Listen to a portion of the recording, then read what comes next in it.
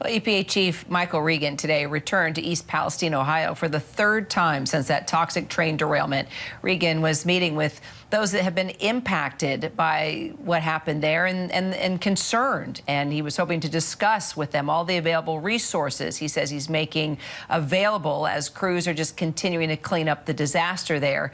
And then you have Transportation Secretary Pete Buttigieg, and he is calling on Norfolk Southern and other major rail companies to actually join a voluntary program that would protect whistleblowers who want to report safety concerns. And he's giving the companies until the end of the week to respond to that. So let's talk about everything with our Alex Presha.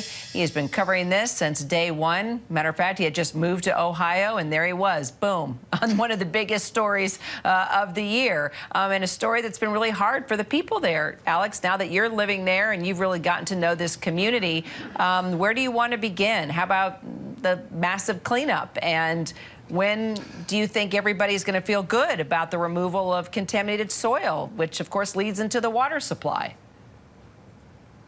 Well, Kira, I mean, that last question, I mean, that's the $100,000 question, right? I think it's going to take a considerable amount of time for a lot of these residents here in East Palestine to feel comfortable again. But look, I'm going to paint a picture for you. I mean, this is the closest to this derailment site that we've been since we've been here. And what you're looking at, this is the remainder, 11 rail cars that are still here. They're being held here by the NTSB as it's part of their investigation. And you see all this heavy equipment here, Kira. We actually saw there's this kind of white machine contraption. It was actually remote control. They brought it in here about 15 minutes ago, but it said drill on the side. We know that they're going to be installing up to 3 drill wells in this area this week to monitor the groundwater here, specifically out of an abundance of caution to see if there are any toxins still in that water, but still clearly a massive operation going on here.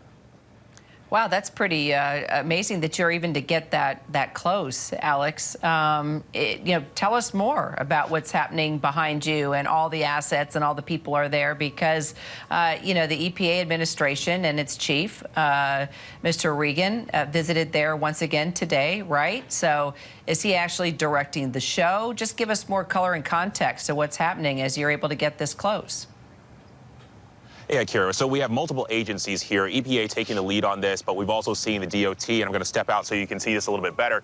But we've got the DOT, we've got the state EPA, and a handful of other agencies. But I mean, this is also where we saw Secretary Buttigieg last week here, and you mentioned EPA Administrator Michael Regan. This is his third visit here to East Palestine since this derailment. Earlier today, he met with residents, he toured this area, taking in some of the efforts. We know that right now, the big question is where to dump all of this toxic waste and soil. There have been 4 sites that they have identified thus far, 3 of them here in Ohio, another in Indiana. And so they've started moving out millions, about 1.8 million gallons of liquid waste and tons of contaminated soil from this site. They're taking it to these 4 other sites and looking for other locations. But this is the second stage of cleaning up this derailment. And then let's talk about the protection program for whistleblowers now.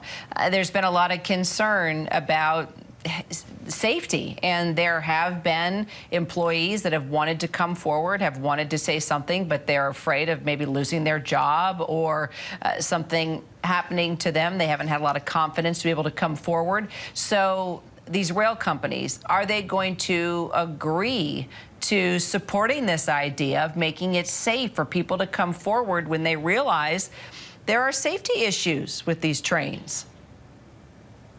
Well, Kira, so what you're referencing right now, Transportation Secretary Pete Buttigieg put out a letter on Monday calling for rail companies to back something called the close call reporting system. And what it does is it allows employees to anonymously report safety measures and potential hazards as they go about their day-to-day job on the railroads. And thus far, we have not seen any of these major rail lines say that they're going to sign on to this. That includes Norfolk Southern. But again, Transportation Secretary asking for a response from these rail companies by week's end. All right, Alex Presha there in East Palestine. Appreciate it. Thanks, Alex. Hi, everyone. George Stephanopoulos here. Thanks for checking out the ABC News YouTube channel. If you'd like to get more videos, show highlights, and watch live event coverage, click on the right over here to subscribe to our channel. And don't forget to download the ABC News app for breaking news alerts. Thanks for watching.